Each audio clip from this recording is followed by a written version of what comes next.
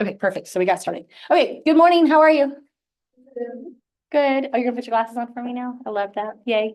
Okay. All right. So tell me really quick what you talked about yesterday. Help me out with a little bit of yesterday. What did you do? What did you look at? Somebody help me out. Posters, okay? What were they technically? Magazine covers, right? And you can see I have it kind of pulled up right here. Okay, the magazine covers. And what did you do with those magazine covers? What did you do with them? We examined them, and what did we answer? Questions. What kind of questions? Okay. What's on it? What are they telling you? What does the magazine cover do for you? What does it do for you? Summarize. It kind of summarizes. Okay. There's a little bit of summarizing with it. What else does it do? What's the first thing generally you see on a magazine cover? An information, a title. Sometimes in the example of, let me slide over here to this one. In the example of this one, do I immediately notice a title or do I immediately notice a picture, right? A magazine is meant to grab your attention, okay? It's going to give you some information. Does it give you all the information? No, but it's going to give you some. But does it make you want to read it if it grabs your attention? Yes. And so what we're going to do, yesterday, you went over these, right? You kind of looked at it, you analyzed it, you decided which one you liked, what looked good. Today, we're going to start looking at research and then creating our own magazine cover, okay? But in order to do that, we have to look at research.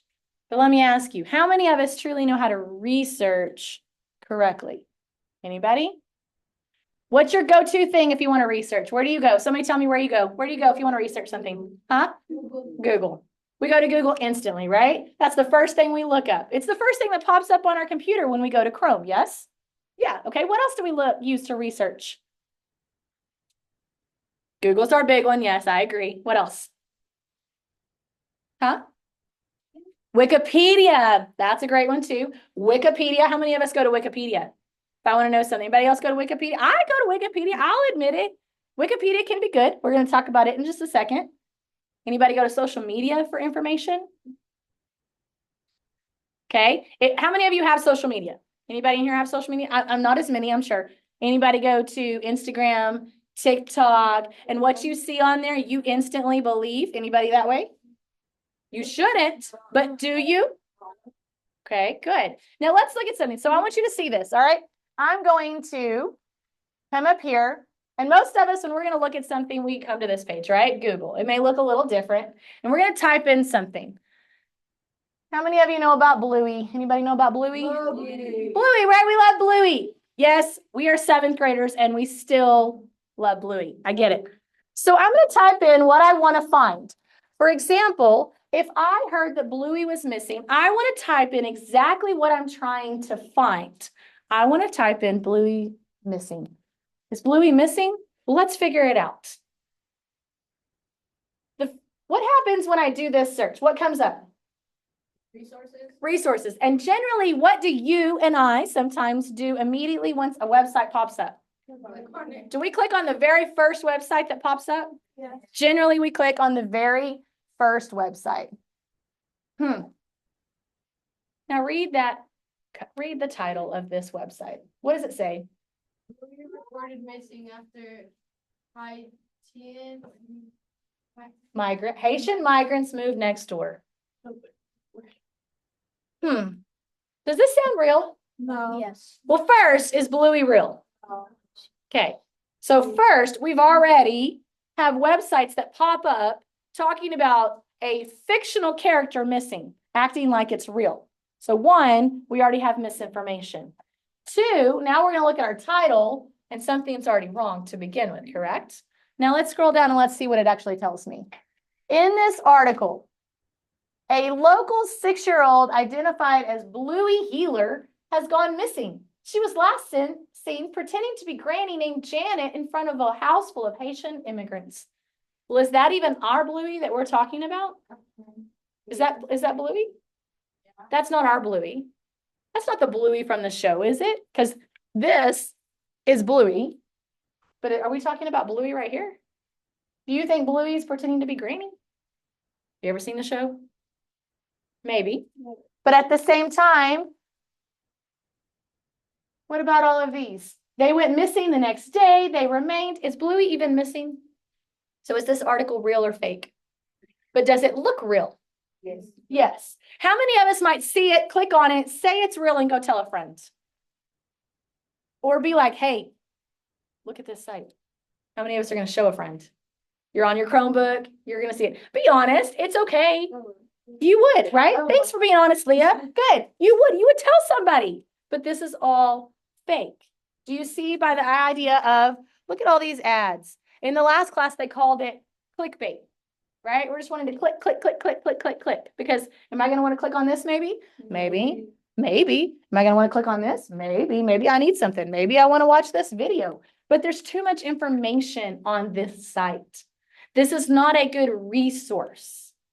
Google, as great as it is not a great resource for us to find what we call credible resources. What does credible mean? What's credible? What? True. Real. Okay? It's something that has been checked, something that we know is correct. Okay? So we want to make sure that we're using websites that are appropriate and credible. Is Google one of those? Probably not. Not if we're going to be looking up information to do a research or a resources project. Okay, here's the other one. Let's look up. We said Wikipedia, right? All right, let's say I go, let's just stick on the Bluey. Whoops, I can't even type today. Bluey, not Bluey missing, but just Bluey. And let's actually go with Wikipedia for him. Okay, and I can go here. But here's what makes Wikipedia not the most reliable resource we can use. Can I edit Wikipedia? Yes. Did you know that I have editing rights, that I can come in here and I can create an account and I can edit what this says? But do you think I know anything about Bluey?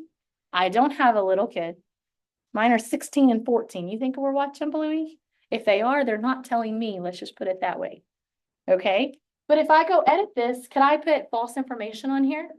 And what makes me a credible source? Just because I'm a teacher? Does that make me credible?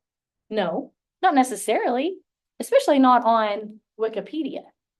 So while this can be a great place to look for some information, not all information is correct.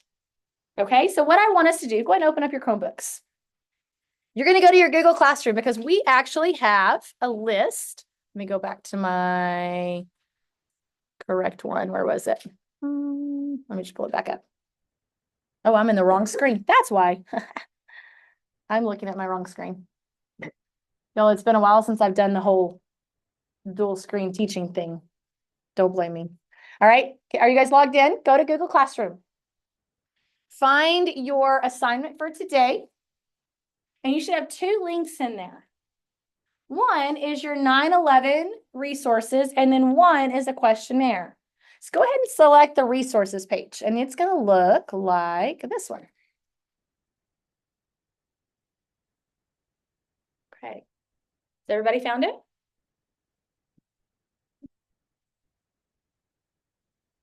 Okay, go ahead and open up that page. When you get there, go ahead and open up that page. It's the 9/11 resources, the links for research. Go ahead and open up that. Now, we put these together for you to research. Here's the thing about these resources, these sites. They are all trustworthy, accredited sites. Do you know what accredited means?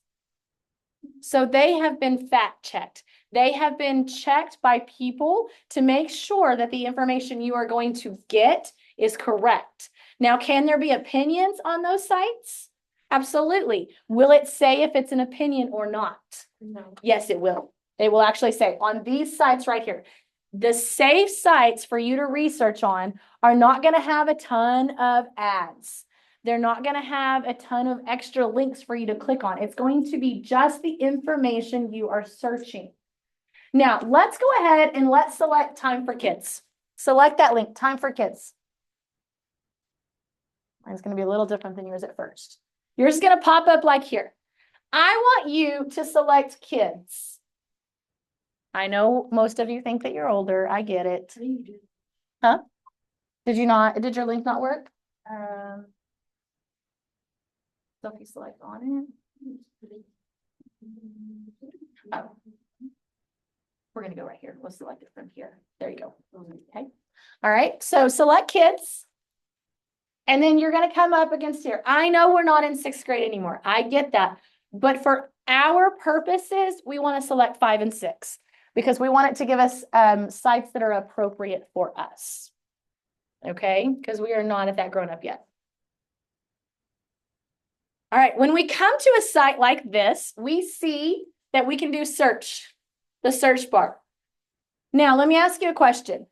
When I go to search things, does what I put in the search bar dictate or change what's going to pop up on the screen? Yes. Yes, it will. Okay. For example, if I put September 11th, just like that, do you think it's going to give me September 11th, 2001 information? Yes. Yes. Okay, let's see. Oh, I got to get to the right box. So we're going to do our search bar, September 11th, just like that. Huh. But I want 2001. So what should I have done to make sure I get accurate information for what I'm looking for? Brennan? I've got to actually put that comma 2001 in there. And now look what pops up. Immediately something about September 11th. Do we see how we have to be super careful about how we put things? In the last class, we noticed that even if we mess up right here and I type in September 11th, 2001, it's not going to give me the correct information. So my search bar has to be what I'm looking for, and I need to be specific. What do I mean by specific? Okay, I need to get exactly, right? I need to be looking up exactly what I want to be looking up.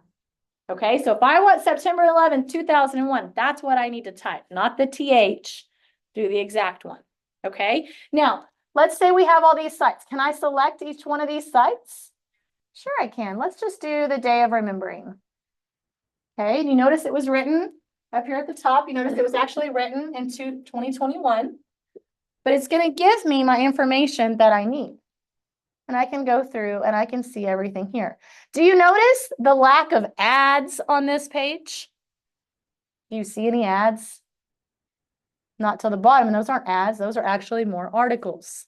This is how we know that we're on a safe site. There's not all kinds of people trying to get your attention. We are safe here. Does everybody understand that? Okay, that's what the sites you're going to go to.